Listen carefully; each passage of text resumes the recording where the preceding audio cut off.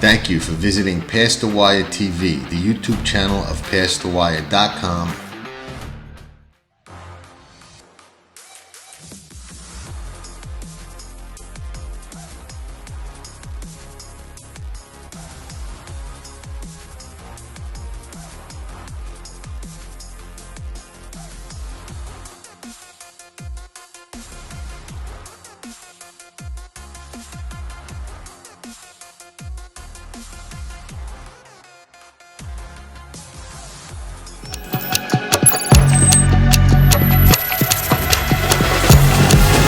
Computing outside, Classic Empire, head-to-head, down to the line. Cloud Computing wins the Preakness. Reach the starting gate, it's post time. Cold front, the favorite comes forward. And they're into the stretch, cold front, put to the 10. Cold front does it again. Right at the field of the Amsterdam. Buongiorno everybody, Saratoga Today with Past the Wire, day 35 of the meet. We're into the last week, deep stretch, only way to say it, almost all over, but still some great racing left. Still got the Jockey Club Gold Cup coming up, the Hopeful, some other exciting stakes, exciting races, and you never know when you're going to see a monster debut at Saratoga, so we'll be paying attention to the very, very last day. Kentucky Downs opens this weekend, an exciting meet. I hope a lot of you follow that meet as well. There's a lot of opportunity there, huge fields, huge prices. One of the best wagering products out there in the U.S. today, in my opinion. Thank you, AmWager, Zilla Racing Stables, Spendthrift Farm, all of you for helping make these videos possible. We appreciate it. We appreciate all of you. And today's the day we're going to talk a little bit about one of the many tools on the AmWager platform that can help the bettor. But we'll get to that in a minute. We'll touch base a little on the Saratoga card. And, you know, if you like these videos and you want to see them for another meet like Keeneland or something like that, but we could do Keeneland today. I was thinking about Gulfstream in the winter, but that's a long meet. Some of those championship cards during the week aren't exactly championship cards, so I was maybe thinking of maybe doing a Saturday show for Gulfstream or something like that. But throw me some feedback. Let me know what you think. If you value it or are interested in it and would watch, let me know and I'll make sure we do some more. I was going to do Kentucky Downs, which would be a great one to do, but it just comes up too fast on the heels of Saratoga for me anyway. So we'll have stuff on Track and Trips about Kentucky Downs, and maybe we'll do one video. I don't know. I don't know. We'll see how that goes. But if you are interested in doing some other meets, let me know, and we'll do what we can to make that happen. If not, then we'll be back next year for Saratoga Today 2022. And maybe even from up there, who knows how we'll be feeling next year, although I doubt it. No place like home. One of the things I look for at this part of the meet that really, I don't know anybody else that pays attention to, but I look for the offers that I know want to get a win. You know, today you've got Nick Zito. I think he's got one or two in.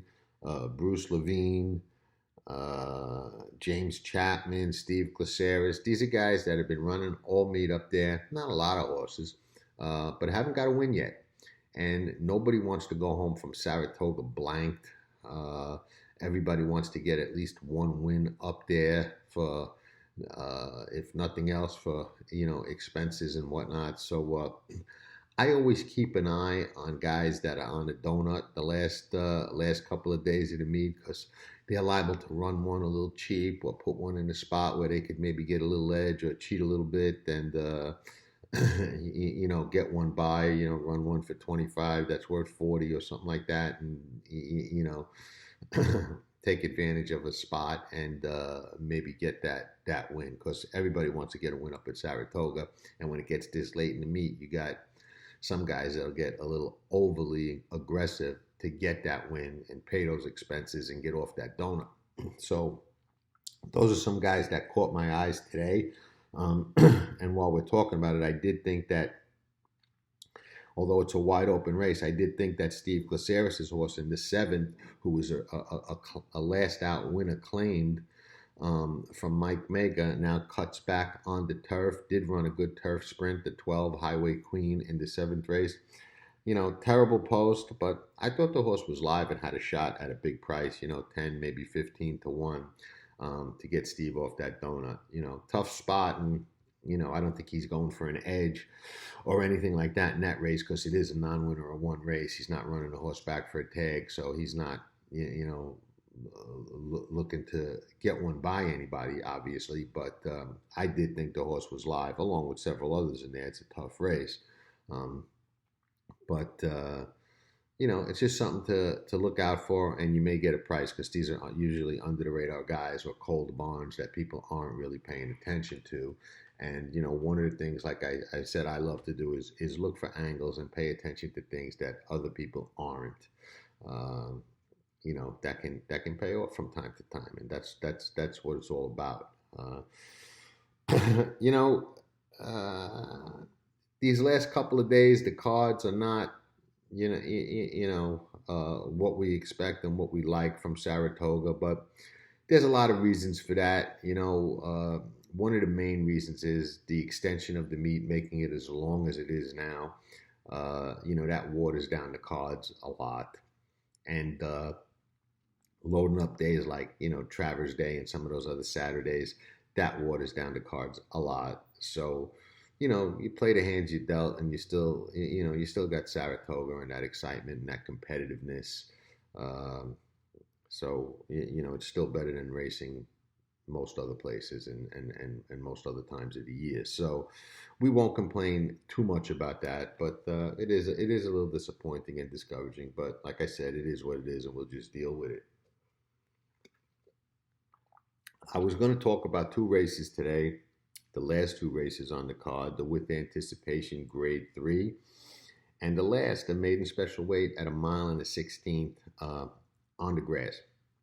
Now, I said before, and we're going to talk about it now, AmWager has a lot of tools for the bettor that you don't see on other ADW platforms, and one of them is something that's been around for a long time that I didn't really get too into until recently. I always kind of knew about it, but just kind of shrugged it off. Never really had an interest in it. But what started to pique my interest in it is, as much as I love pick 4s, pick 5s, and pick 6s, and pick 6, as some of you know, used to be my main wager. That's no longer the case because there really aren't many traditional pick 6s around there anymore. So that's kind of by, we were forced out of that. But as much as I love those wagers, I love to zero in on specific races. And sometimes the races in a sequence that I really don't like, but because we love those pick 5s and pick 4s so much, or, it could be a race where we, like 2 or 3 price horses, but we can't really zero in on one. So we're kind of almost, led to the multi-race sequence, like a pick 4, pick 5, pick 3, because, we want to use those 3 price horses and we can't zero in on one. So we go after the sequence. And, if you don't like a sequence, there's a chance that you can get burned in that sequence. And I'll give you an example of a theory that I have that I believe holds true. A lot of people will say, gee, I don't understand. I used so many horses in that race and I didn't win. You use 10 out of 12 or 8 out of 12 or 6 out of 12, and you get burned in that race and your single wins. And I have a theory for why that happens. And it happens to me. It happens to everybody. What I believe is that in those races where you go really deep like that, but you don't go all, but you go really deep, and I don't like going all, so it probably happens to me more than the people that go all. But I think that shows you really don't have a solid opinion. I'll lose more of those races than I will singles or races that I'm 2 or 3 deep. Why? Because I think I have a good opinion on the races where I've got a single or I'm 2 or 3 deep, so I thus have a better percentage or chance of winning. And, the races where you go 6 or 7 or 8 deep, you're fishing a little bit. Sometimes, you could hit and it could work out and the longest one you like wins. Absolutely happens to me, as much as the flip side of that coin. But I think it does say that you really don't have your handle on that race as good as some of the others, at least most of the time. Sometimes you may think it's just a wide open race and you want to spread, but you're comfortable with the ones that you're reaching out to. But the bottom line is, if you've got to use that many, your opinion is not that strong. Thus, better chance of getting burned. So I sometimes, although I love the multi-race wages, I sometimes like to really focus on the race that I like. And if it's a single, that's great. It makes it easy, especially if it's a price single. But what happens when it's, 2 or 3 horses that you really like?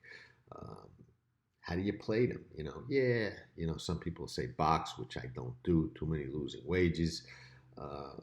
There's a thing out there that's been around for a long time called Dutching.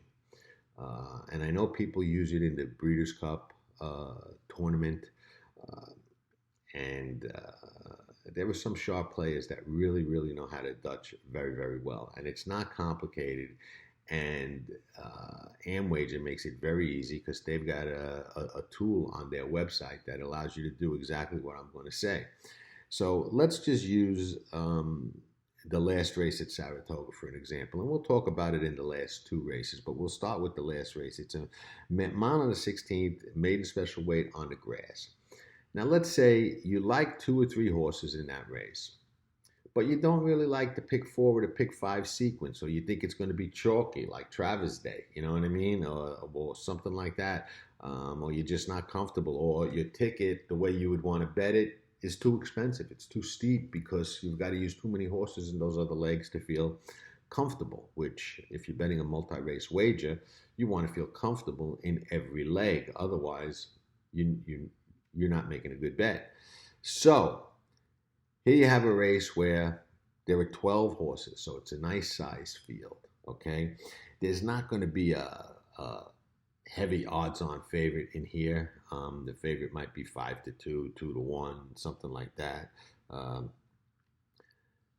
And you can't narrow it down from those 2 or 3 that you like. So Dutching is going to allow you to bet all 3 of the horses you like to win in different amounts in order to make a certain profit margin that you predetermine you want to make on the race. So let's say you want to invest, let's just make it easy, and it could be 10, 20, 50, 100, 1,000, doesn't matter. But let's say you want to bet $100, okay? And you want to use those 3 horses, and you want to get 2-1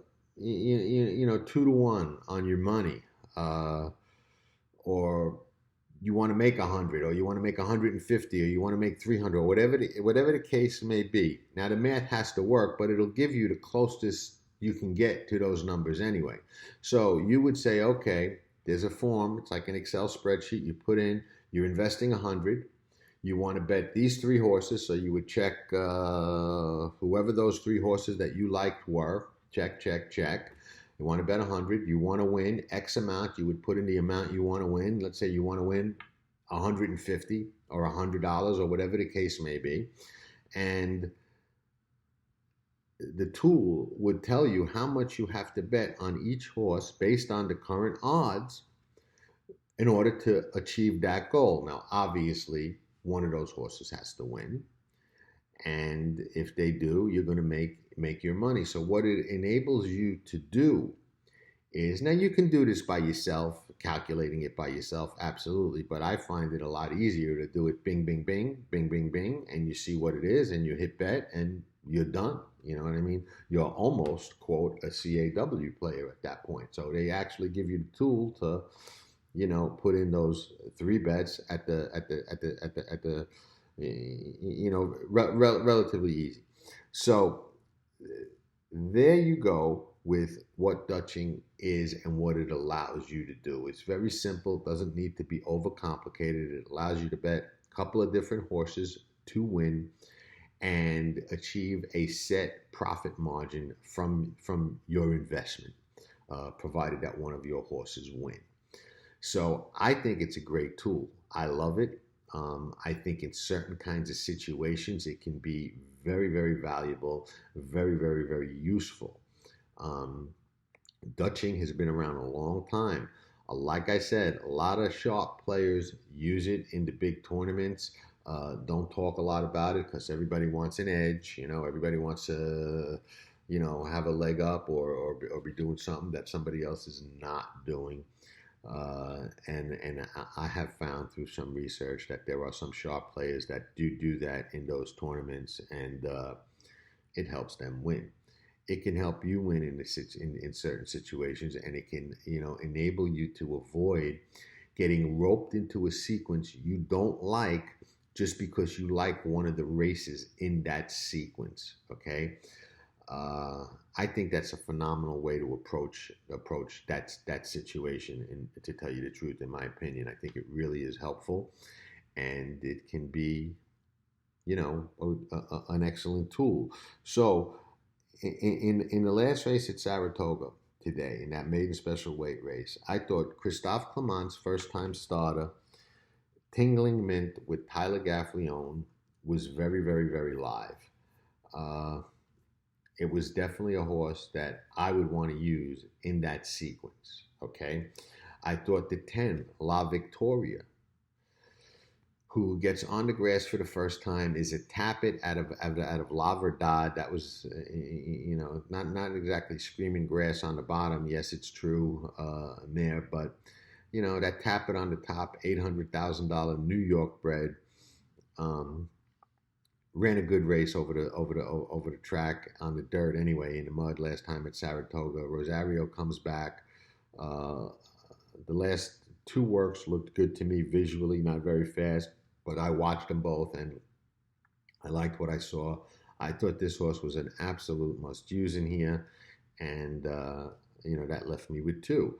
I also thought Jorge Abreu's horse, Akushla, coming off a layoff from May, was very dangerous in here, especially getting Luis Saez. So if I was betting a multi-race wager, okay, I would want to be alive in the last race with the 1, 8, and 10. Now, if I don't like the sequence, okay, and I don't want to bet the pick 4 or the pick 5 or the pick 6, although there is a carryover in the pick 6 today, so I think if I'm alive in the last leg, you all know who I will need. But that said, just because there's a carryover, if I don't like the sequence, I'm Mr. Patience and Mr.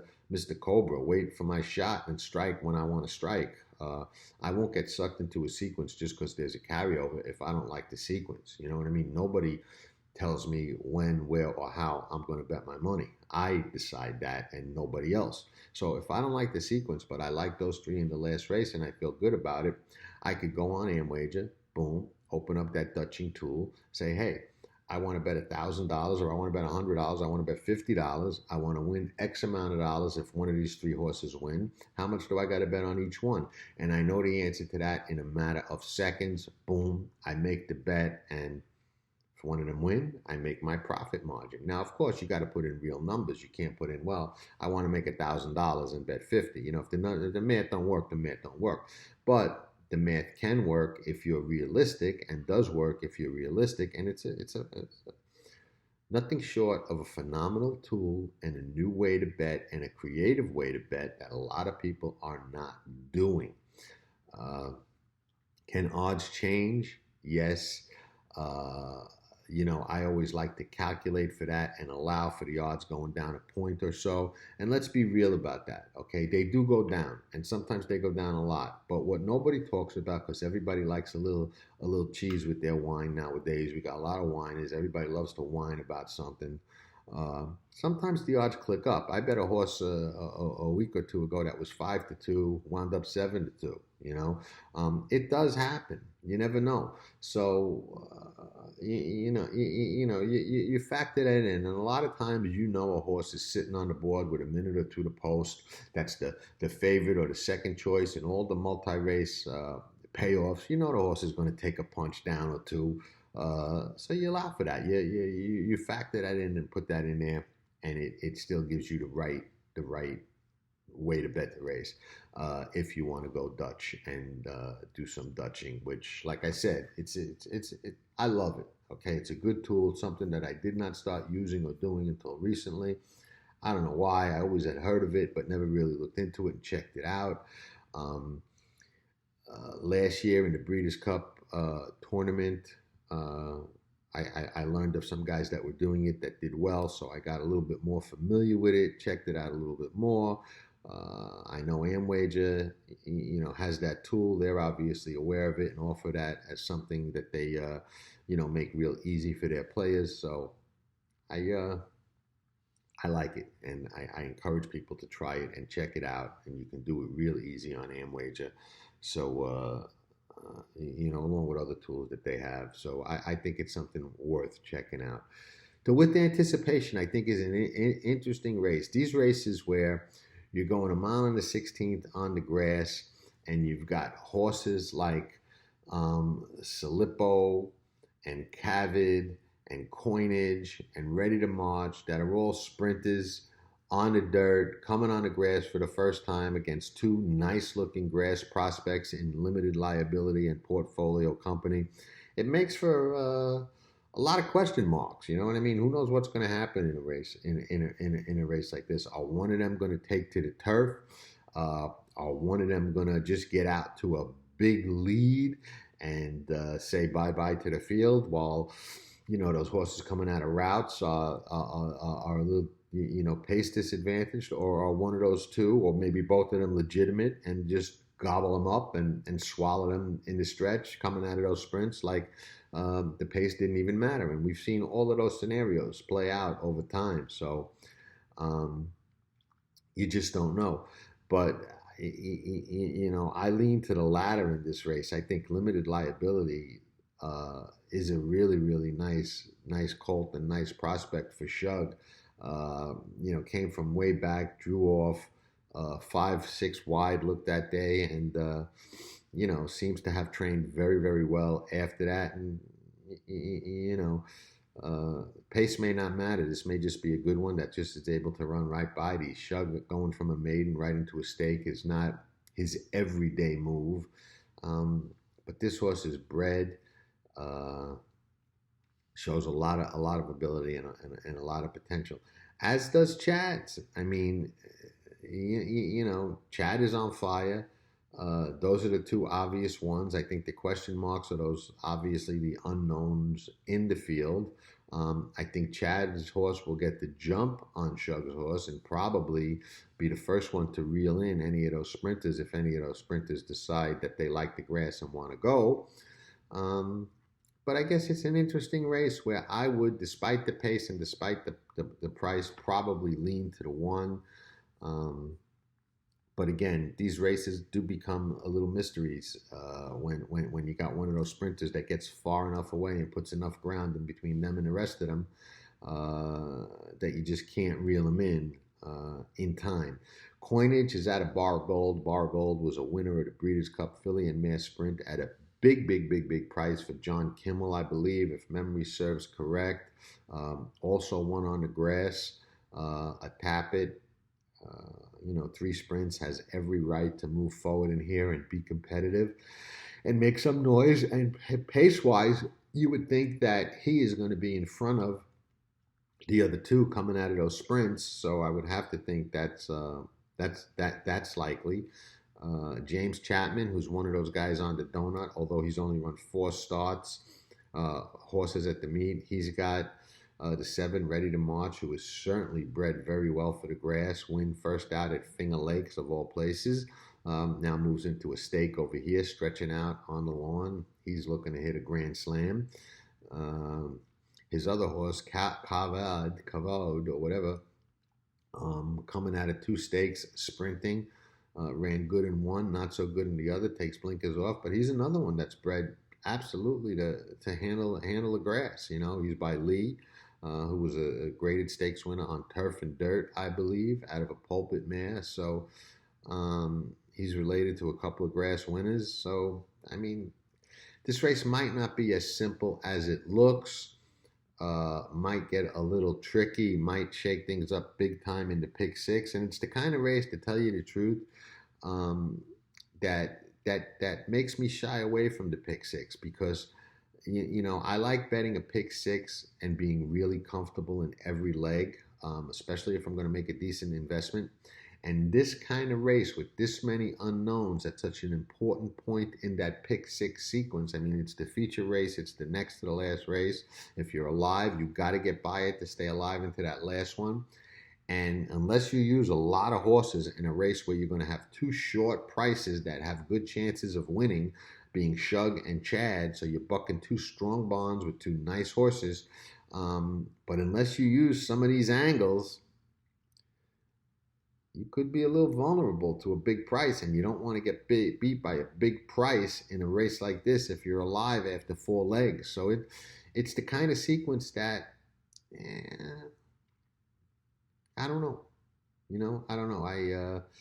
I like to feel comfortable, and this race would make me uncomfortable if I was alive going into it, unless I went really deep. So depending how the rest of the card looks for me, a race like this can keep me out of the pick six, unless I decide just, the heck with it. I'll take one of the two ones that are the most likely winners and hope for the best. But I don't know. Today is iffy for me. So we'll see what happens. If you're going after it, I hope you hit it, especially if I'm not in it. If I'm in it, then I can live with hitting it with any of the Past the Wire TV Saratoga Today watches. Appreciate all of you, and don't mind sharing the pool with any of you. So be that as it may, we will be back for day 36 tomorrow. Only a couple of days left. Saturday looks like an exciting day with the Jockey Club Gold Cup being run at Saratoga this year. Interesting. We'll see how that card shakes up.